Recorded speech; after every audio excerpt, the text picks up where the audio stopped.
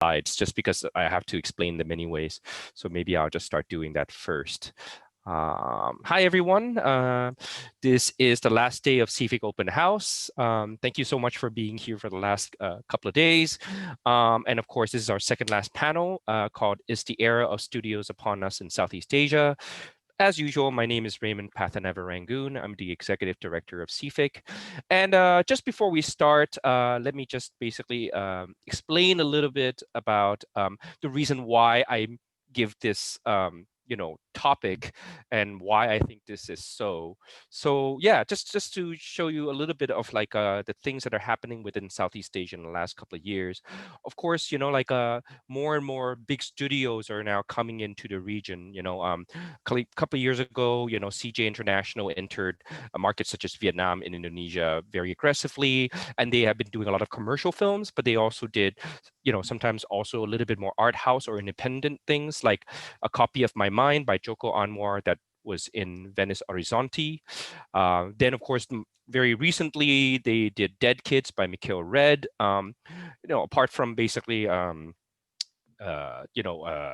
buying films and also showing films are also basically like you know uh, you know taking films that are already in development usually, but they're basically coming in and taking the exclusive rights to those films. And of course, HBO Asia has been doing folklore and food lore, which is basically like a horror or food related, episodes. Right. And there's a lot of like Southeast Asians that are basically involved in this. Directors like Ho Yu-hang, Bradley Liu, Nicole Midori Woodford, all independent filmmakers working on these series. Hi, Winnie. Sorry, I'm just starting just with a couple of Hey, I slides. got into the wrong room. No worries, no worries.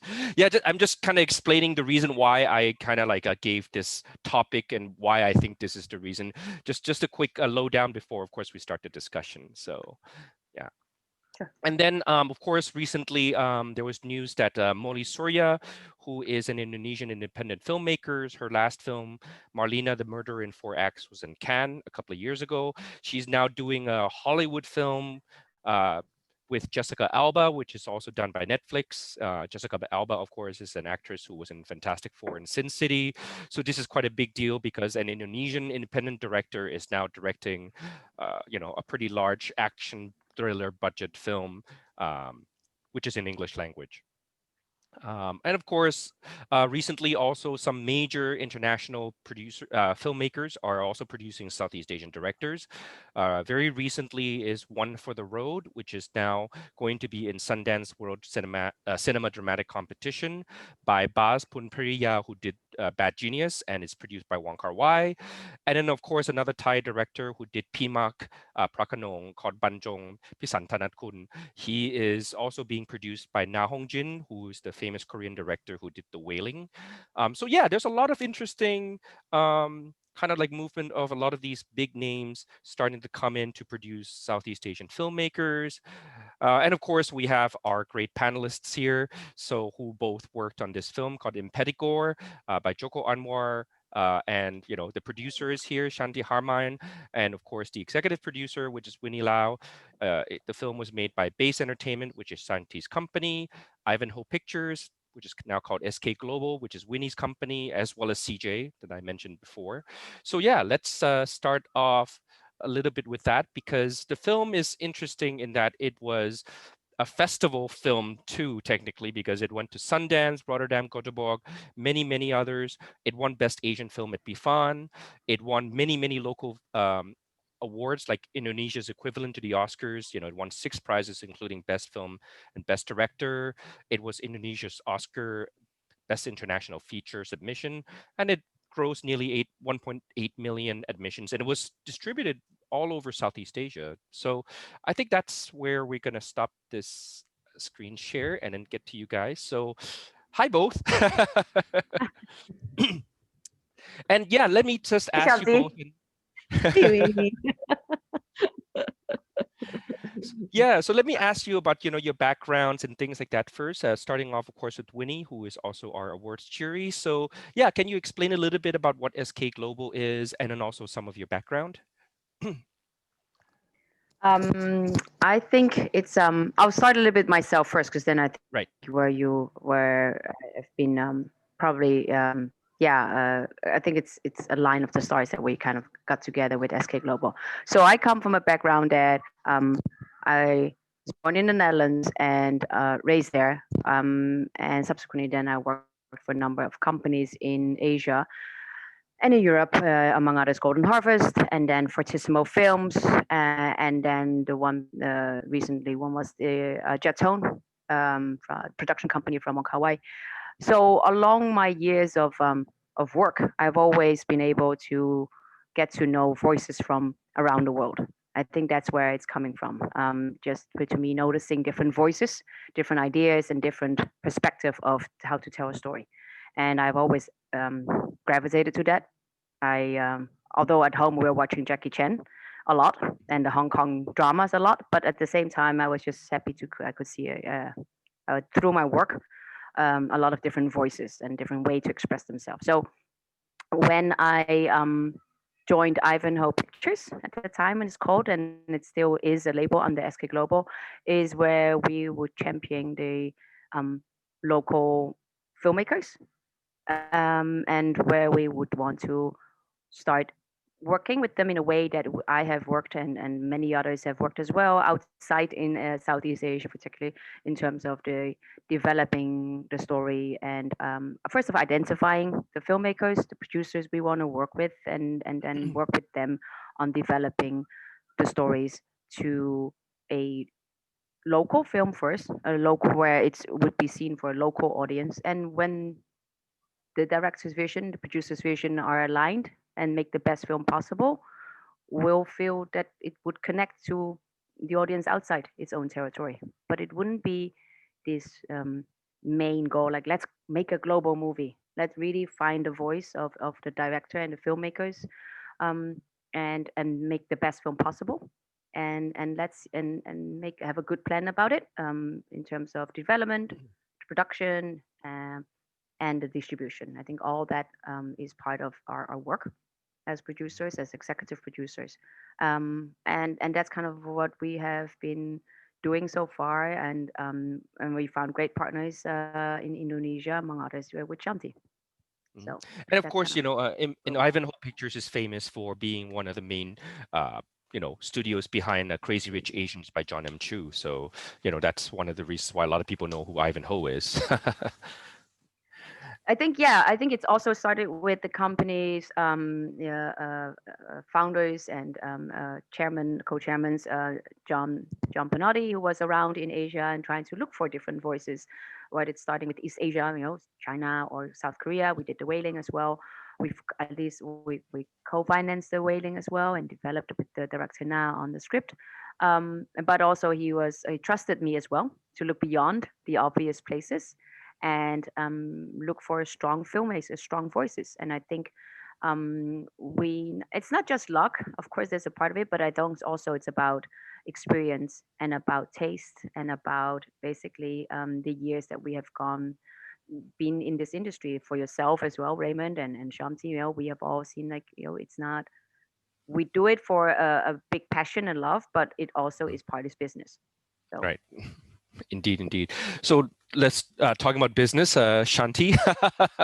You have, of course, like had many hats on. You've also been running film festival just based on passion, and of course now you're, known more of a studio person, but you've always been very much championing independent films and things like that in Indonesia. So can you explain a little bit about your background and base entertainment?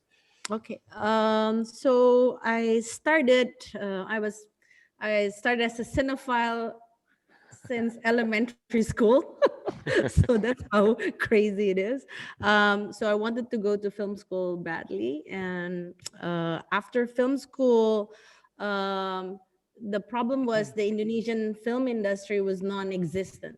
There's only Mm. one film every 2 years, and it was Gary Nugroho's film at that time. And there's no so then I was like, oh, just finished film schools, what am I going to do? There's no industry, there's nothing. So came back, but I'm so lucky that I met peers, which is Mira Lesmana, Riri Riza, Nan Ahnas, Rizal Mantovani, and others. And that's how we started basically our own guerrilla filmmaking, and kind of that movement restart the industry. Basically, the embryo of what the industry is today. So we went through the whole cycle of building what it is right now. So I'm very happy to see where Indonesia is at this moment, because when you start from zero, it's it's very nice.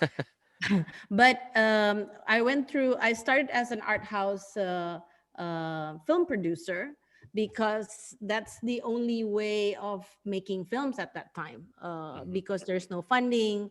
And the only way that I know to make film is to work with a filmmaker, with a director who I know is talented, who has a vision. And again, like what Winnie said, the vision, match mine as a producer. So then you partner with these filmmakers, and you basically create friendship as well as a collaboration, and produce all these films. And that's how I started. Mm. And then of course there's the festival, because there's the need of creating the audience. I mean, on one side you really work hard trying to make the film, which was very difficult at that time, but we need to also create the audience. And at that time, it was just the right time to have the festival, because it was also the political change in Indonesia, and people were hungry for films. And so that was all the beginning, cul-de-sac, G-Fest, everything. That was the beginning. And then the market grows. And so back again a little bit for G-Fest, that was also an eye-opening for me, because I get to travel to festivals. And that's also my education, because I learned films. I watch so many films in festivals, and I have to do curation. So it's such an eye-opener. And for me, that was also uh, the the additional film school that I needed in producing, because when you watch so many films, it's just so very edifying. So that's one. And of course, you dealt with the distribution. You need to deal with the distribution company. So it's the whole element. So actually, the festival was very big part of me becoming producer as well. Interesting enough. Yep. And then as the market grows, I see why I'm based right now is because I wanted to be the facilitator, because now it changes. So my role is more facilitating more filmmakers, so for them to be able to make more films and to have their films made well and reach their audience. So basically, that's sort of the short. Mm. Yeah. So GIF Fest, just an FYI, is the previous film festival in Jakarta. So it was called GIF, Jakarta International Film Festival, which doesn't exist anymore, unfortunately.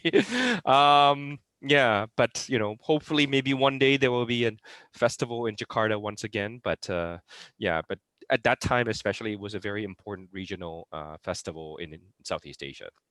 Yeah. And so yeah, just based upon some of the things that I kind of mentioned, because also a lot of these other companies are starting to come in, everybody from Tencent to like Imagine Entertainment, which is Brian Grazer and Ron Howard's company. They're all starting to basically take an interest in Southeast Asia. And apart from the things that I mentioned, do you think that there's a movement right now of like people being interested in Southeast Asian filmmakers and content and making films here? And if so, why do you think this is? Yeah, so I mean, we'll start with Shanti because you're the main. I'm just okay. I'm the Southeast Asian. No, I think if you look, it's Southeast Asia. If you combine all the how many nations we have, Mhm, it's a lot of people. It's mhm. what, maybe seven? Is it 650 million or Yeah. maybe, right? Something like that. And that's a big audience. The Mm, only thing maybe that is challenging is very fragmented, because mhm, many languages, many languages. So that's the big challenge, I think, about Southeast Asia. But also in the past maybe what 15 years, there's growth of economy. Hmm. people have more disposable income in many countries in Southeast Asia. So and also the how do you say, the young audience of Southeast Asia. At least Hmm. I can vouch that for Indonesia, where basically what up to 40% of the population are young, and they are the audience basically. Right. And with the combination with the disposable income, that's a very attractive market. So that's one. And so that's from the economic side. And so also, if you look at the numbers, at least for Indonesia in the past, what, 4 years, the growth of screens has Hmm. been crazy. Crazy. I Hmm. mean, the growth for the cinema alone is 20%. I mean, 20%. That's Hmm. like consistently for 3 years. I mean, even us, we Hmm. were shocked.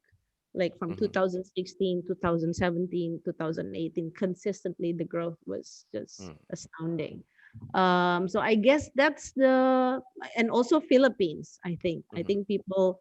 I've been looking at Philippines as well. So and Thailand in a different way, right? So and Vietnam. So yeah, Well, I think Philippines is a little bit different because Philippines, out of all of Southeast Asia, has the longest history of like cinema yeah, in many ways. Because yes, before anybody knew of Southeast Asia, like the Philippines had films going to Cannes competition in exactly, 1976. Like with like exactly, Broca and things like that. And they've exactly. had a very old kind of like established cinema like system. Like a lot of the old families still today Yeah, own Star Cinema and things like that there. So I think, yeah, like, but so I think in some ways the Philippines is a little bit more harder, basically for like, like some of the newer companies to come in because they're it's so entrenched. But Indonesia, for example, you're right. I mean, it was kind of like ripe because there's what 280, 70, 80 million people in Indonesia. So, yeah. I that counted as 250, oh, 250. okay, maybe something like that. I don't remember,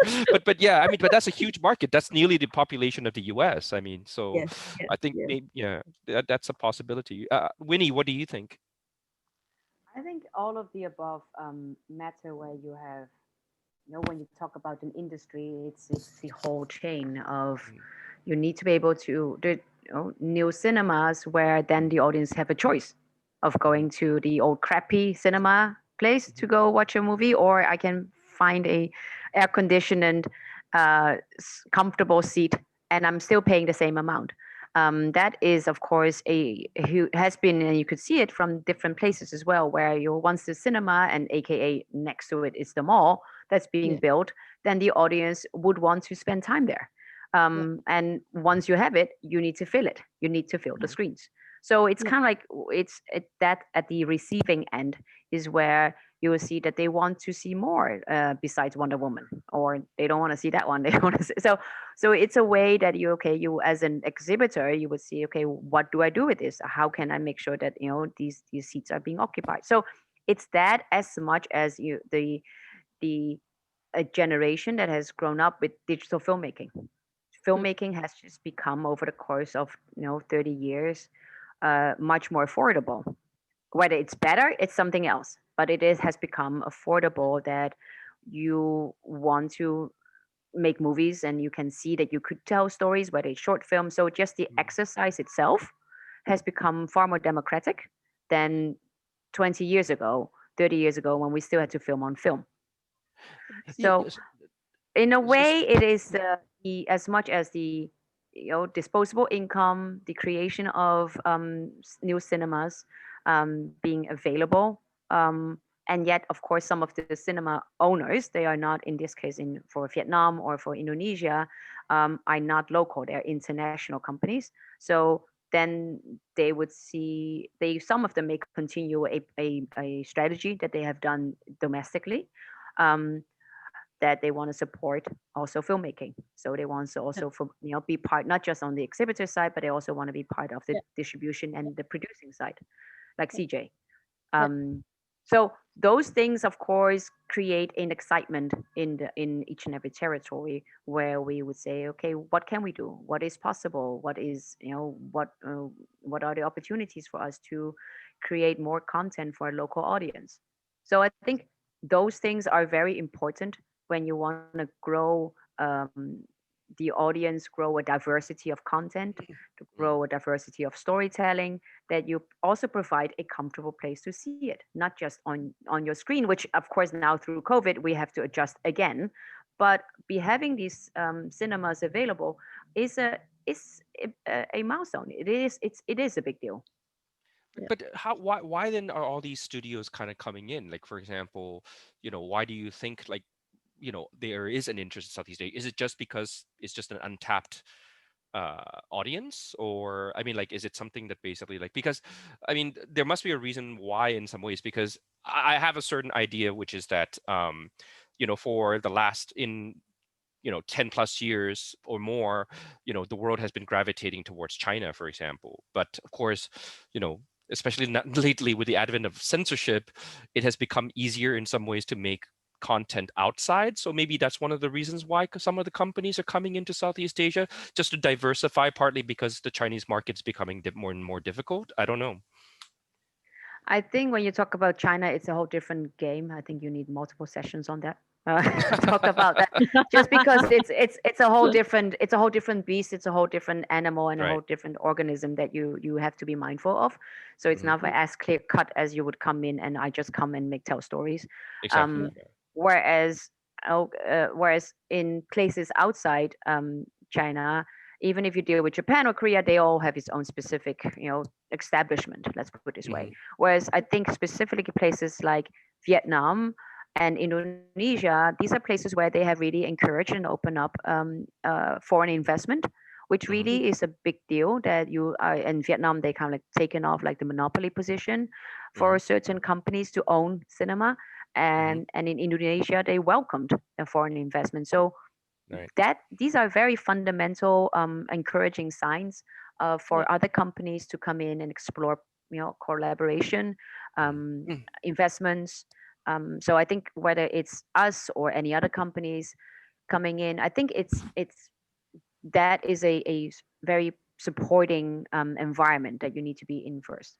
Hmm. Yeah. So, A- so, so, And it's yeah, very recent. It's very recent, Raymond. The yeah, the exactly. opening up. Yeah, very recent. Yeah. Mm. Yeah.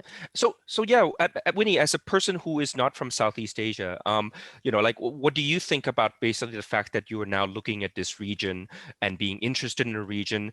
Yeah, I mean, like, do you have any kind of, yeah, like, thoughts you want to share about, like, what do you think of what's happening in the region right now? What makes it maybe unique? As I mean, first of all, I'm based in Bangkok, so I think that gives us physically I'm in the heat, like in Jakarta. Um, um, and I think it's what Shanti said earlier is that it's such a diverse region, um, that we have to be mindful of. It's not just, oh, Southeast Asia and boom, there you have one formula to it. You have to be mindful of, I think it's 12 plus territories here, and it's politically it's diverse, it's different, it is Hmm. religiously it's different, it's demographic, the economic status is different. So you have to be mindful of all these different places first, and Hmm. what your restrictions and your limitations are. There's a lot of commonalities as well in terms of Hmm. cultural and history, but you have to understand what the current climate is and the current Hmm. context is of each and every place. So I think it's the way you start. It's not just like, oh, we can just replace it, the Malaysian actor with an Indonesian actor. Oh, just put in the Filipino actress into Indonesia, it's going to work. Hmm. You have to respect each and every place Hmm. for what they want to make. So I think Hmm. that's where you start first. Okay, and Yeah. I think that is a good segue, because let's talk a little bit about IMPETIGORE, because that's the project that you both worked on together. And can you start a little bit about how did the collaboration on the film begin, Shanti? Um, so it was the beginning of base. Was it 2018? Winnie, this 2000. So I was still living in Beijing. Actually, we are both still living in Beijing, and then I was doing back and forth Jakarta, Beijing still. And then at that time, part of the first project that Base wanted to do was to work with Joko. And actually, I sat down with Joko and I said to Joko, like, okay, and this is before he made Satan's Slave, actually. I Right. think he was about to make Satan. I said, Joko, let's do a slate of 3 films, horror films, but the one that push boundaries. So then we're not stuck, because at that time there's so many horror movies in Indonesia, and it's so everything is looks the same and tells the same story. So we're like, can we just move, because the genre works, but can we move it? So that was my discussion with Joko. And of course Joko totally agrees, and then so we were like drafting so we created a slate, and then and then I talked to Winnie, and by that time Satan's Slave was out, so the timing was perfect. I said, like, Winnie, I have a slate of 3 films with Joko, who's done this. So and Joko, I mean, Joko is already well known, is already, in a way, is a very is a strong vision, extremely talented, and already have films in the festival, so people already know him.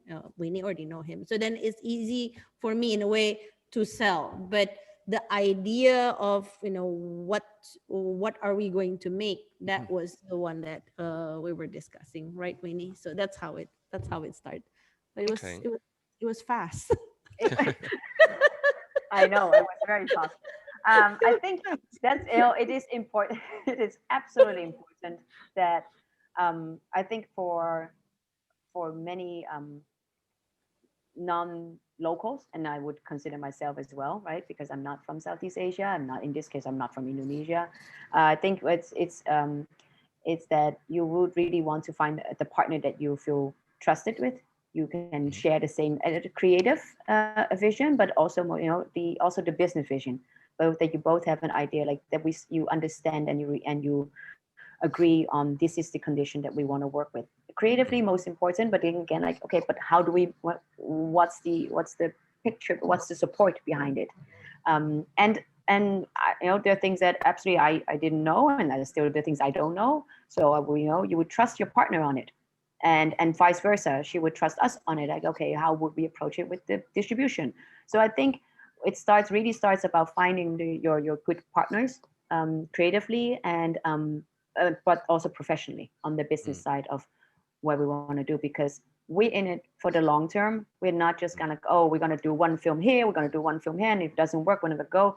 For us, it's really finding the partners that we can work with, we work well with, we communicate well with, and eventually building more film, building more slates, building more titles, finding more filmmakers, supporting filmmakers, because ultimately what we collectively have, and that's why also it's great that Seafic is here, is that we want to be able to support these filmmakers in their development process, and to craft something that we want. There's an audience, at first. So all those things that it's common, it's comes natural to the 3 of us, and to probably more participants on this webinar. It's also really that we want to feel that we're in it here for a much longer term.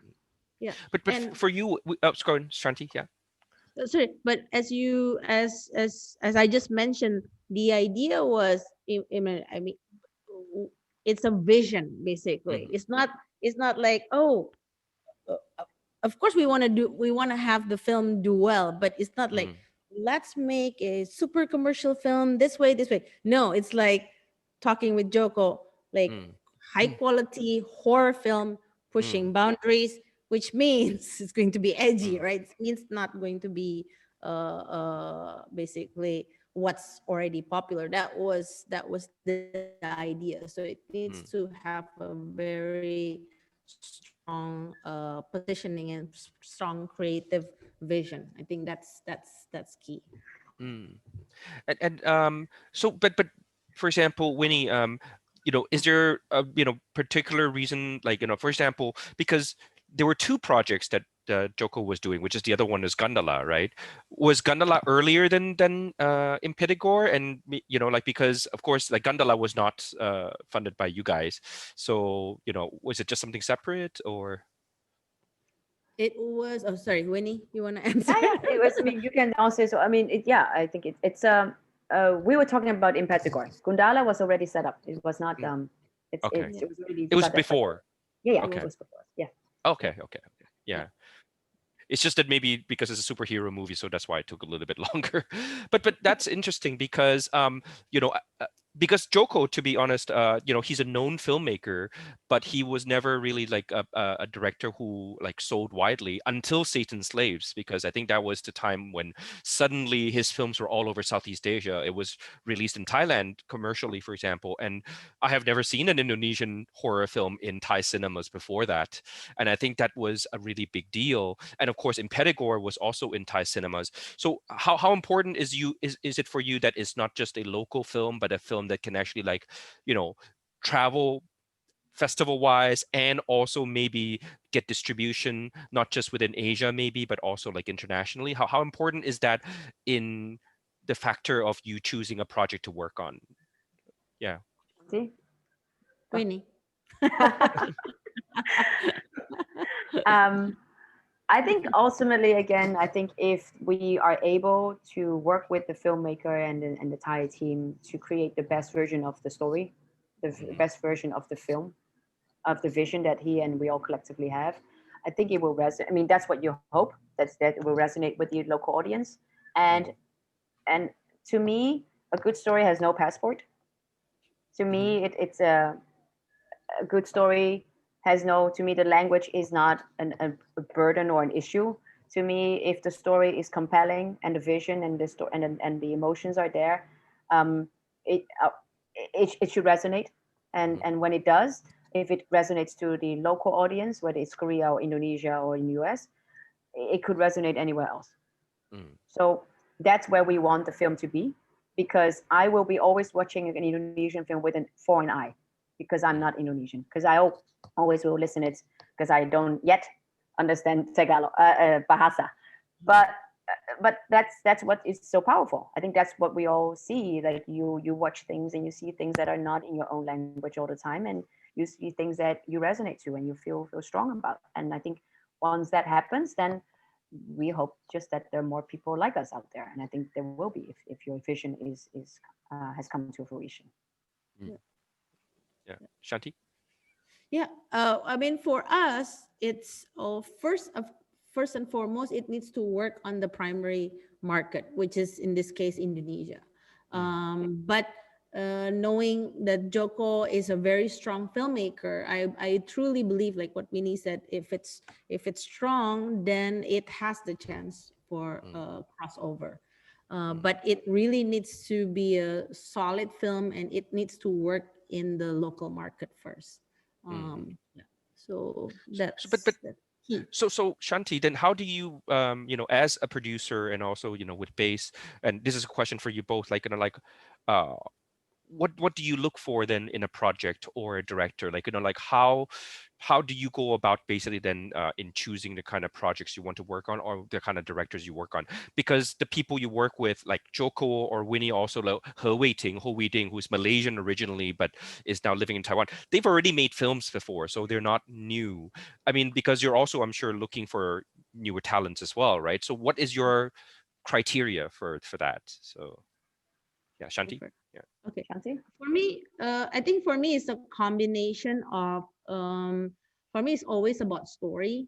You see, Mm-hmm. story, and then the capability of storytelling. The director needs to have that vision, and what do you want to tell? Mm-hmm. Because I think those combination is, and what is his point of view basically. So always look for that.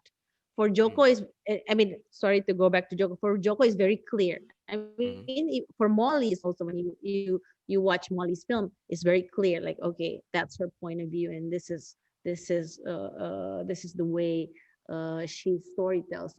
So I'm looking for that basically special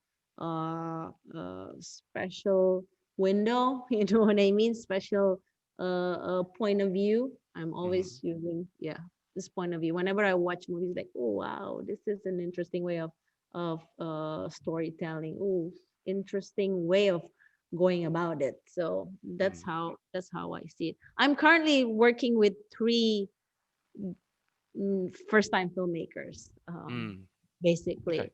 Yeah, I mean, when I was back in the days doing art house film, it's always about first time filmmakers. Hmm. I love first time filmmakers because that's when you know, like, oh, that's what they want to be. That's the vision. Whether it works in the first film or in the second film, but you kind of know what they, Mm, you talk to them, and then, oh, that's what you want to do. You see, that's mm. the interesting part. But sorry, it's just a quick question. Do you like, for example, like Molly, for example, she's an Yeah, art house director. I mean, like her films are yeah. not like, you know, they're not hits per se, like they're kind of like much more art house. I mean, do you consider that as well, that, oh, maybe she's not so commercial or things like that? Or to you, it's not as important. You just want to basically work with filmmakers. Yes, it needs to be like strong filmmaking. I think Okay. with and it just because Molly's film that she's been doing is this type, it doesn't mean that she can't make a successful commercial film, Mm, or a film that she makes that basically will reach commercial success. That mm, I truly believe. Basically, okay. it depends. Interesting. It depends on the project and depends on what you want to do. Okay. Mm. Yeah. Sorry. We need same previous question about what do you look for? I mean, the same thing is where you have a director that has a strong vision about what they want to tell, how they want to tell it, what's special, why should it be made, why should we spend time on it? 90 minutes, it's a lot of time. Why it's all those things that I always feel like, okay, because again, up till now, for Indonesia, we're crafting films to go into cinema. Hmm. So how can it be competitive? How can it be, how can it stand out among the competition, whether it's from other local filmmakers or from other foreign language films, whether it's the studio films or any other Asian type of film. So what's the story that you really want to tell, that in what way? And that's where we want to support the filmmakers with that. If it's strong, if it's relevant, if it's unique, Hmm. then and it can capture an audience, we're absolutely interested. Yeah. But do you, same question for you then? I mean, what do you think about, art house directors versus like kind of like more established directors like Joko? Like, do you work with like directors who tend to make smaller art house films that are not necessarily hits locally, or? I'm not so much like, you sometimes would say, oh, I wouldn't write them off because they made an art house film. Of course not. They have a Mm, particular vision, they have a particular idea, they have a particular mm, story they want to tell in a particular way. But I would like them to see also that if they, that's our job. We want to be able to give them a platform, a canvas where they can make something that will be seen by more people. And it mm, doesn't have to be so distinctively like, I'm gonna love Diaz. Doesn't mean that he cannot make a film that it would be appreciated by more people. I don't think that distinction has to be that severe, and that an art house director cannot make a compelling mm, story that is commercially also successful. I don't think that mm, it's. I think also that Choice.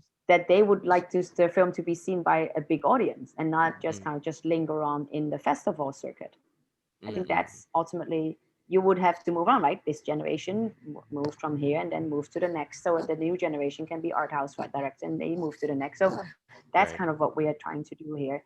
That right. Yeah. we welcome more filmmakers because you have to start somewhere. And if it's Mm. a short, then you're short. If it's documentary, it's documentary. It's art house, it's art house. Yeah. So yeah, because this is actually quite a different kind of thinking than a lot of people would, because in Southeast Asia especially, Oh, they tend to be very entrenched, as in like you're an art house director, you stay there, and you're a commercial director, you stay here. And there's a very clear divide in many ways that like it's harder to basically cross that line, like to basically say, oh, okay, now you kind of make a commercial film. Do you think that those kinds of lines are in Southeast Asia or even in East Asia? Because it same thing goes for like Taiwan, or like a lot of these, like art house directors in Taiwan, for example, they're not really known to make commercial films. Yeah, I mean, do you think that, you know, it's, or like you said, it just depends on the project that they want to make, or you I kind of feel see what I mean? sometimes that, well, I feel also sometimes that they would tend into, I mean, of course it is, filmmaking is really difficult. It's Mm, really tough job. Making a film is really, really tough. as we all know.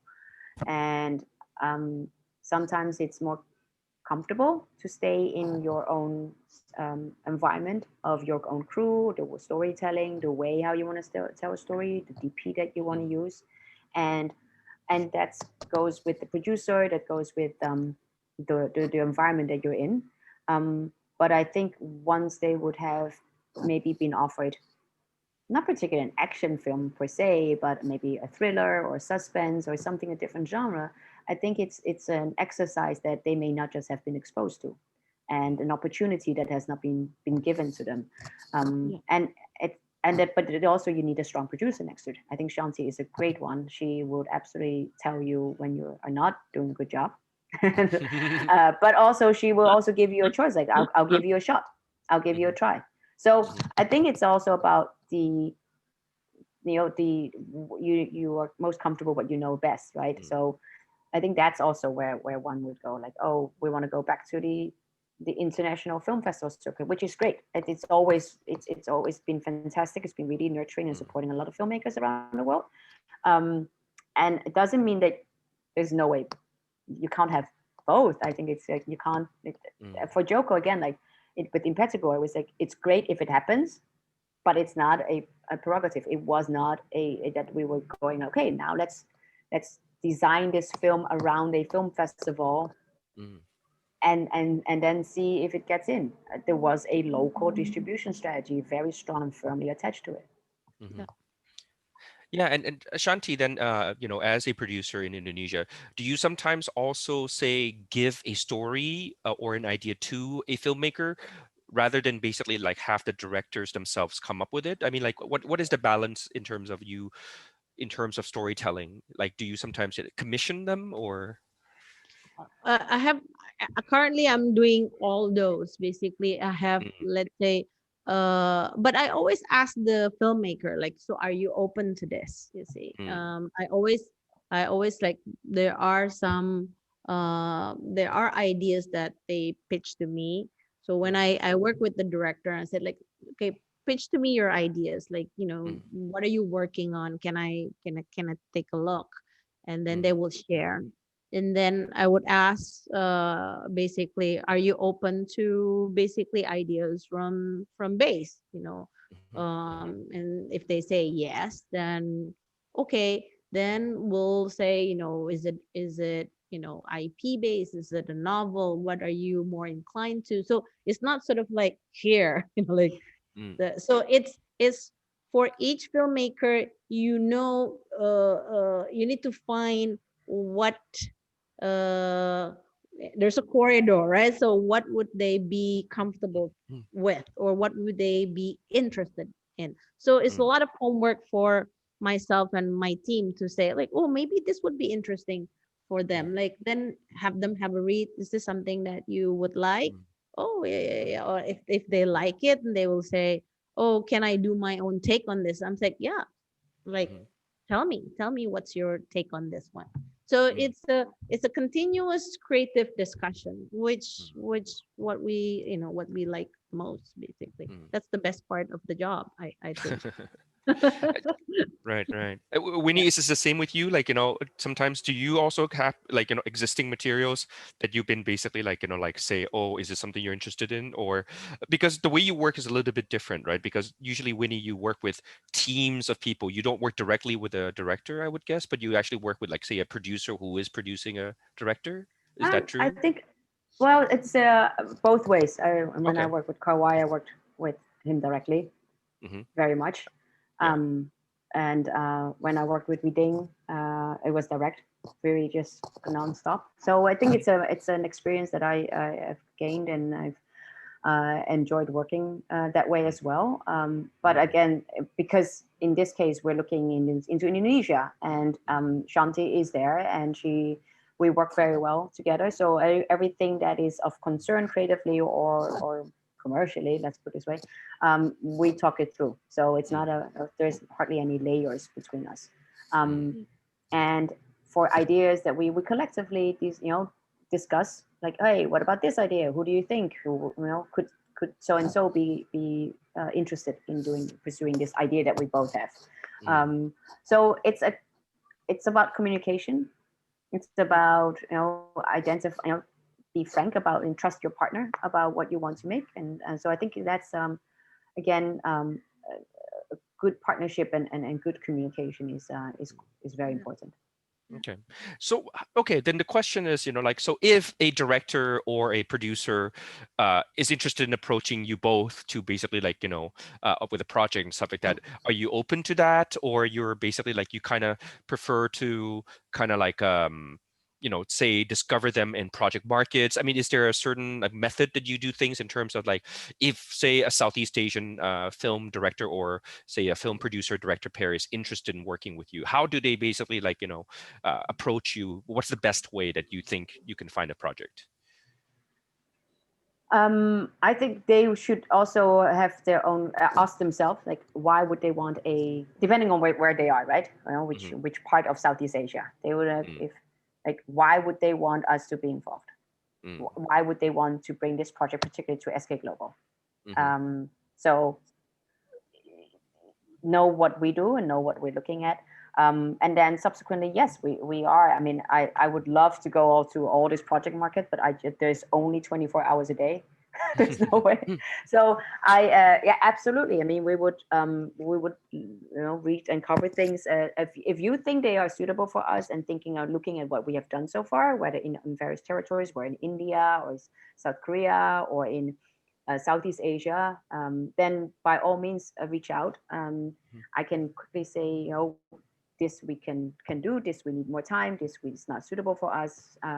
We can address that. But I think it's also for each and every director, scriptwriter, or producer, when they approach anyone, you'll be like, why? Why do you think? Because why would they need us? So it's not like you say, you go to the major project markets like HAF or Busan to look for projects there more than, I do them as well. I've done this year. I've done Golden Horse. I've done Busan. I've done Beach. I've done I think 5 or 6, 7 project markets as well. And every market has just different stages of projects. And so absolutely, we do those as well. Okay. Okay, great. How about Shanty? How do you how do people approach you if they are interested in base being involved and things like that? What do they do? I have Buy a her lot. Food. Send her food. I have a lot of direct message on my Instagram. I'm sure. I'm like, okay. A lot of direct messages on Instagram. But I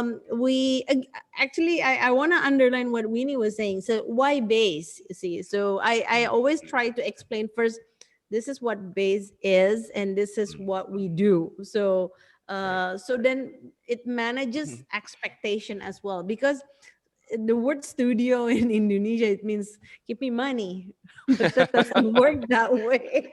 Yes.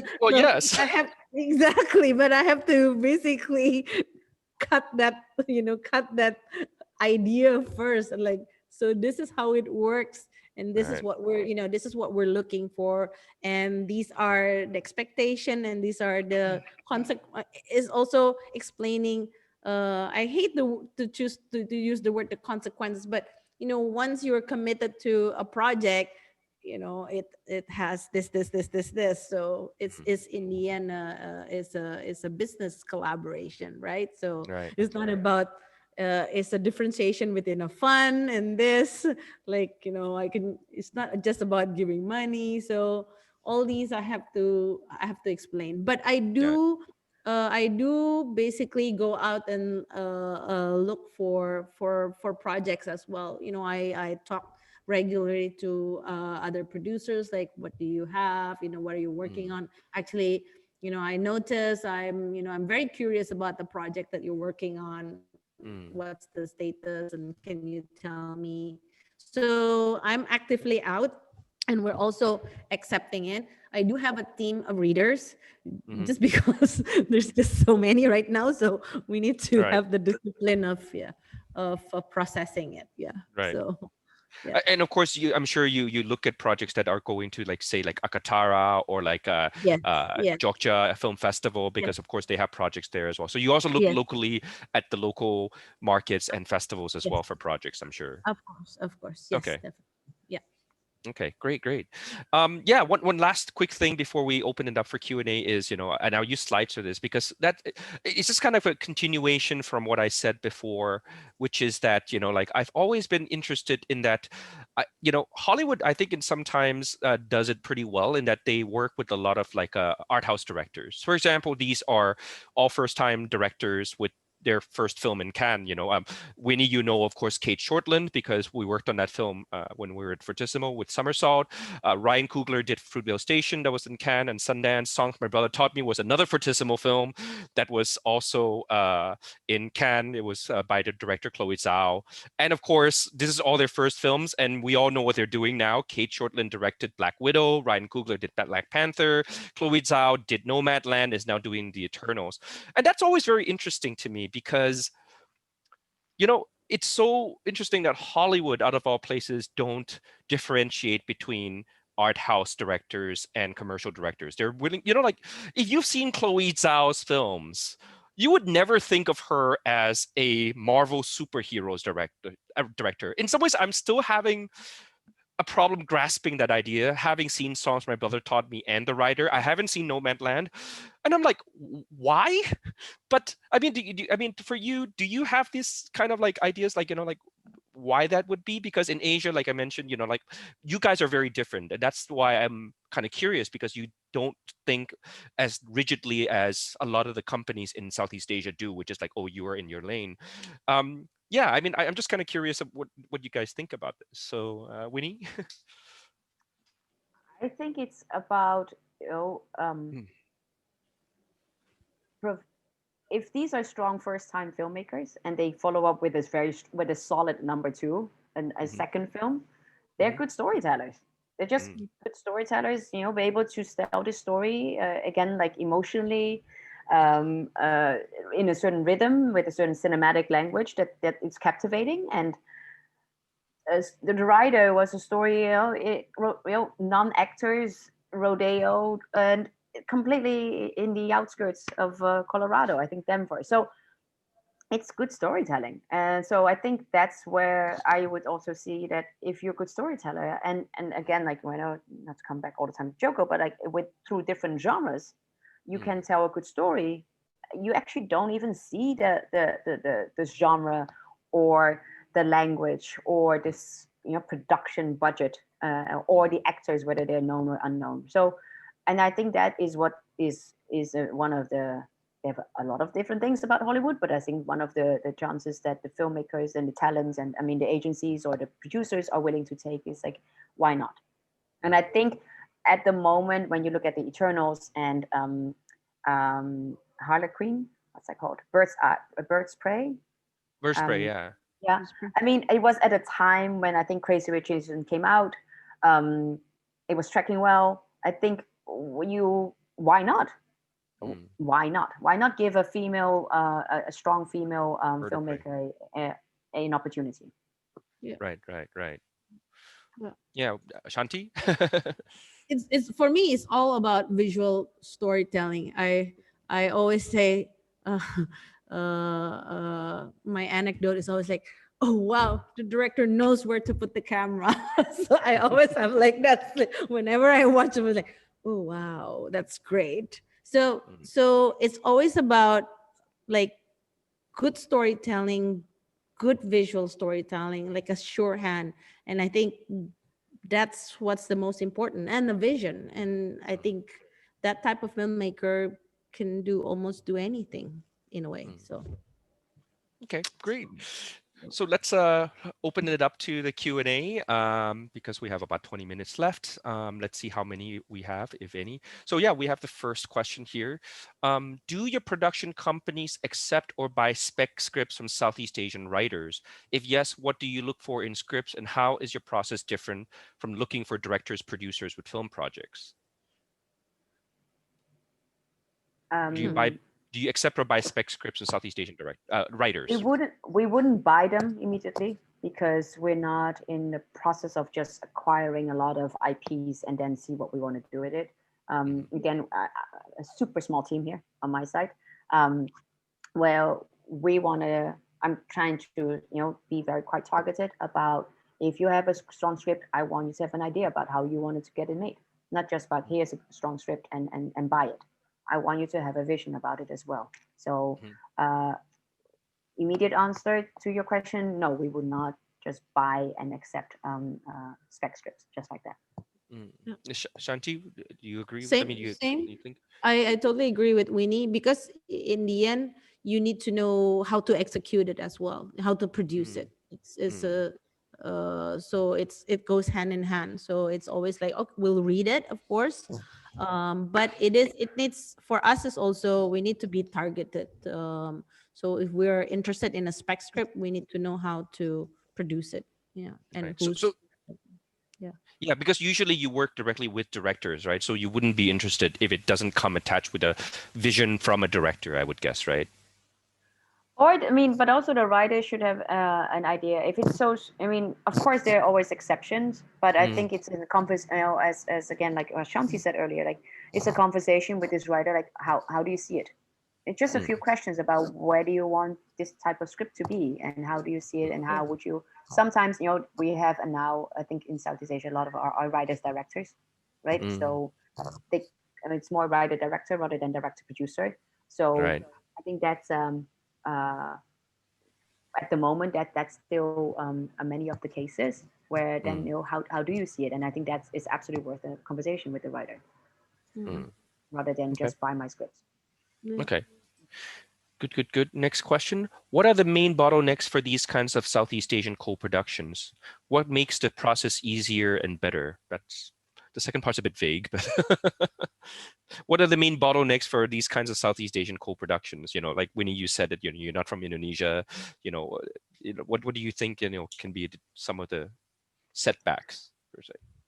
I think you have to again set your expectations right. That's where it starts. Of identifying each and every territory. Again, like Southeast Asia is so big, so you have to understand like where are we with Vietnam, where's Thailand. You would think that would have more local filmmakers and more diverse of filmmaking.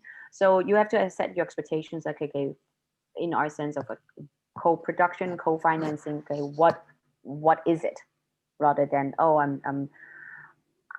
we as a foreign company, we're going to dictate you how you're going to make a movie, and this is what you have to do, and this is how much you have to spend, and so that doesn't go. That's not our intensive, and that's not the way to go. You have to really understand like what each and every specific producer in each specific territory, what the strategy is, and listen and learn, because there are a lot of things to learn from each every place. I think that's a bottleneck, that people come in and like, we're just going to copy and paste. That's not going to work. Okay. I think for me, to exactly what Winnie was saying, but I want to add, in looking for partners, because it's very, very important to find the right partner. Meaning, let's say from the point of view, like I'm the producer in Indonesia, people say, overseas partners, get all excited. But the thing is, you need to find a partner that can work with you very well, and also is, again, I hate to say it, but it's not just about, I will bring you money. It needs to be more than that. It needs to be, what do they bring to the collaboration that what we're going to make is going to go even further. So basically that's extremely important. And in the case for us, once we work in the project, it's not about, in the end, it's not about base and Ivanhoe Pictures anymore. It's just, we're the producers of IMPETIGORE. Like, we have one mind, we have one vision. It's just like, okay, we just divide, Winnie, you help me on this one, I'll do it on this one, and it just it becomes a dance, like tick tick tick tick tick. Yeah. So that needs to be achieved. That needs to be there. So yeah, I think and again, like, things I don't know, I would trust Shanti on it to just do the best interest of the project. I think that's where you're like, oh, it's not about, these co-producers come together, but if something needs to be done, oh no, but you're the producer, you just go and do it, because we are just kind of giving the money, and that's also not the partnership that she was looking for. Yeah. So and need to be transparent, Raymond. It need the trust needs to be based also on transparency. That basically, because there might be many things lost in translation, so you need to also have that how do you say, endurance to also explain. I need to explain to Winnie, like, Winnie, this situation is A, B, C, D, E, F, G. You say like, okay, it might go A, it might go B, da, da, da. So that needs to be clear. So next question, how well did IMPETIGORE do in foreign markets? If possible, can you shed some light on Thailand, US, China markets? I think in Thailand it did not bad actually in the theaters. I think, but again, remember it's pandemic year. Yeah. But so I mean, not bad at all. I think in Southeast Asia we released. It's just that some of the timings were not great. But we did Malaysia. I think we did Singapore, Thailand. Singapore, yeah. Yeah, Thailand, and then now I'm forgetting. My brain is going on a freeze. But It's okay, no worries. we sold to Shudder. So yeah. Yeah, So I think it's a hard question to ask, partly because of COVID. So like Shudder, yeah, of course, is a streaming site for horror yeah, films. It's yeah, hard to do theatrical. So how well does it do? Well, when it's on streaming, it's a very difficult thing to answer. Yeah. yeah, yeah. Yeah. Okay, next one. If we have a series idea and we wish to find a platform or studio to finance it, what is the best way to go? Okay, that's very vague, because I don't know if this is really,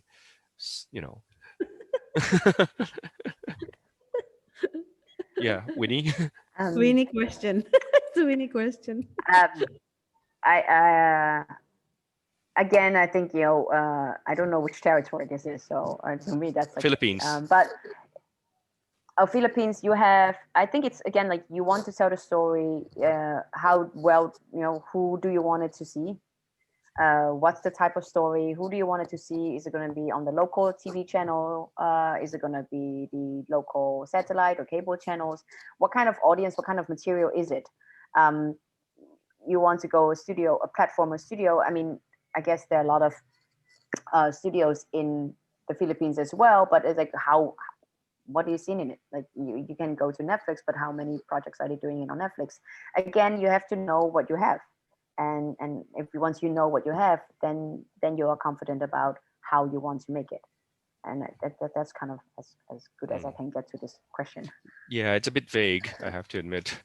Okay, next one. With Southeast Asian filmmakers having more involvement in Hollywood and global commercial projects, I'm not really sure more involvement is really true. I mean, you have one case that's really not more involvement, and one case that is basically literally just, yeah. Anyways, do you think that this could usher a new era of Hollywood as global cinema? Okay, just because there's I think what we have encountered. Yeah, but I do think, I mean, maybe I'm reading into that more, that more foreign filmmakers are getting their opportunity, their chances as making films in Hollywood, right. like whether it's Chloe or it's Molly or I think there is a long delayed awareness and a discovery of voices that it's not originated from Hollywood or in the US only. I think there is a stronger awareness of it, and I think that regardless what you think of Crazy Rich Asians, I do think it has pushed a certain door open that before it was always kind of closed, because there was always said like, but nobody wants to watch a movie with unknown Asian talents and set in Singapore. And that's the same thing when why would one want to watch a superhero movie with a African American lead? So there's no now, especially when it comes to Hollywood, there's no more an excuse of like it doesn't work. I think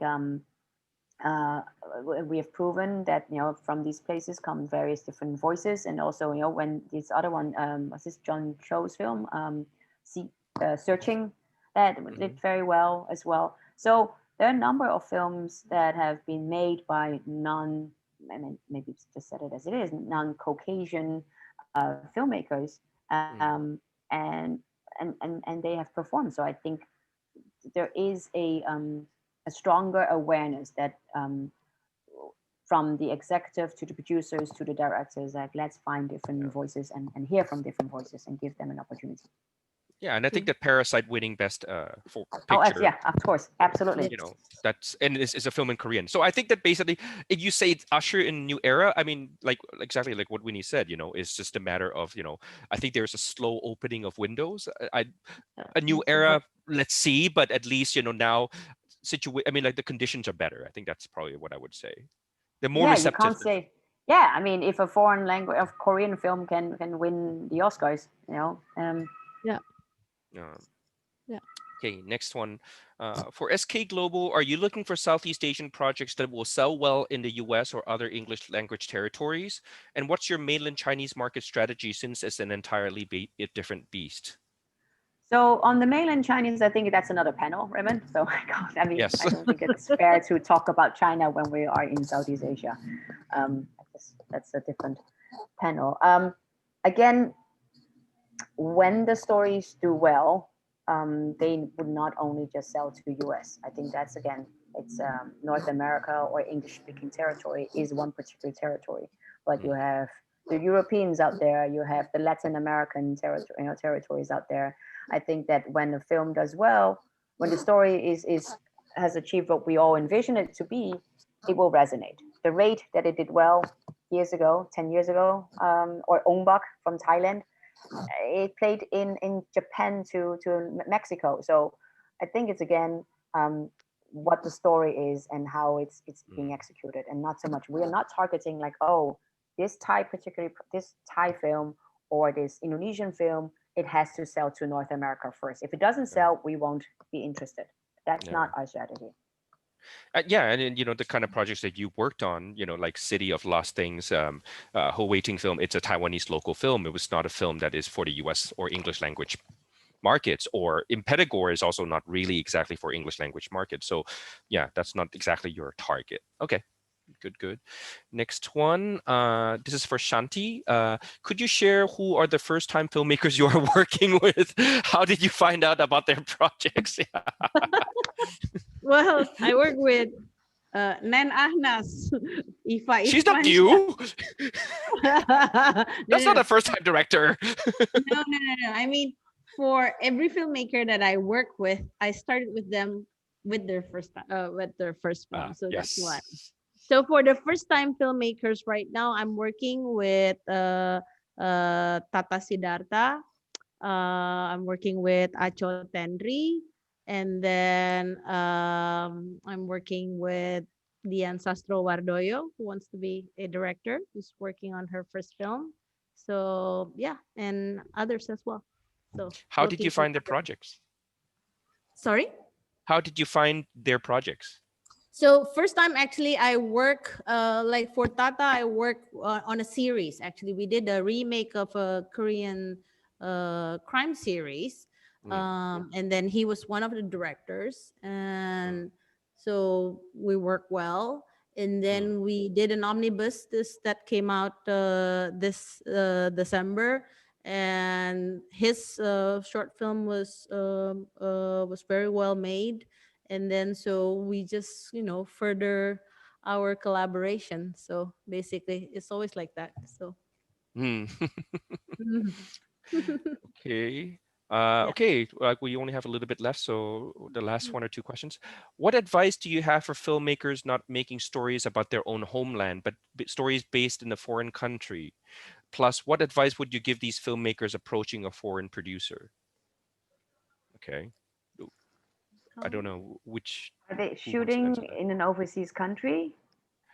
About their, like, yeah, for filmmakers not making stories about their homeland, but stories based in a foreign country.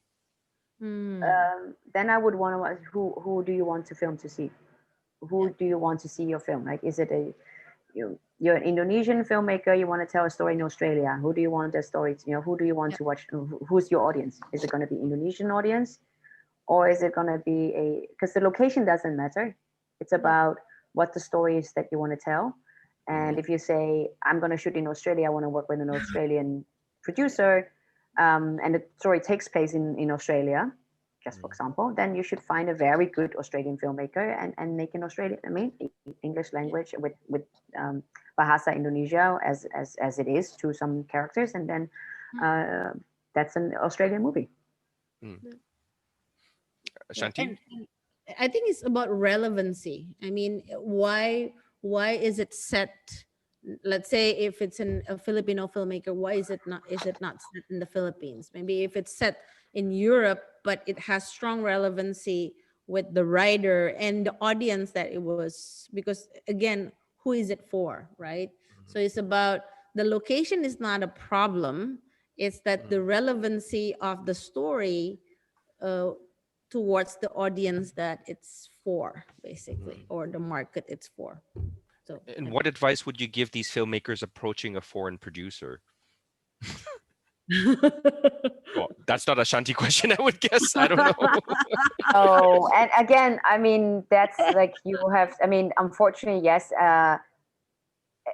Depending on which festival, I mean, which territory you're going. I mean, I think one of good starting points are some of the festivals. They know the local filmmakers, they know the local distributors or the local production companies. If you really have no clue about who to approach, you can also always ask your peers, right? If you know who has shot in that particular country, I would suggest you to approach that producer. It's like, hey, how was it? Can I seek some advice?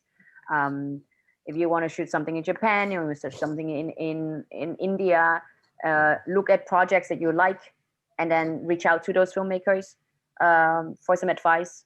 I think they don't mind giving advice. I think it's just if they know what you want. I think if you just come in like maybe this, maybe that, then. But if you are very clear about, I want to make the story set in a particular territory because A, B, C, then they're like, okay, you should talk to this. Or if I don't know, maybe you should talk to another person. But I think you have to understand why you're making that particular story in a different territory, in a different country. Right, because basically, like, if you're a filmmaker wanting to make a film in that country, look for a producer in that particular country. I mean, and you would do it the same way that anybody would look for a producer over there, which is like through your previous films and whatever. It's like, it really is, because if you're, say, from Indonesia and you want to make a film in, like, say, Sweden, and you don't know anybody in Sweden, then why in the world are you making a film there? You have to have a certain connection, or you're there already and you're already entrenched in the Swedish film industry in some ways, because otherwise, like, they don't know who you are. There's no real clear market of who you're targeting.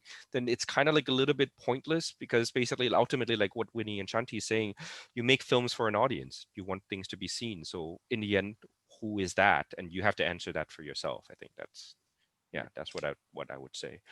Okay, I think there's no other questions. I think we're done for the first time. We cleared everything. Like, this is the first time we have the Q&A queue done.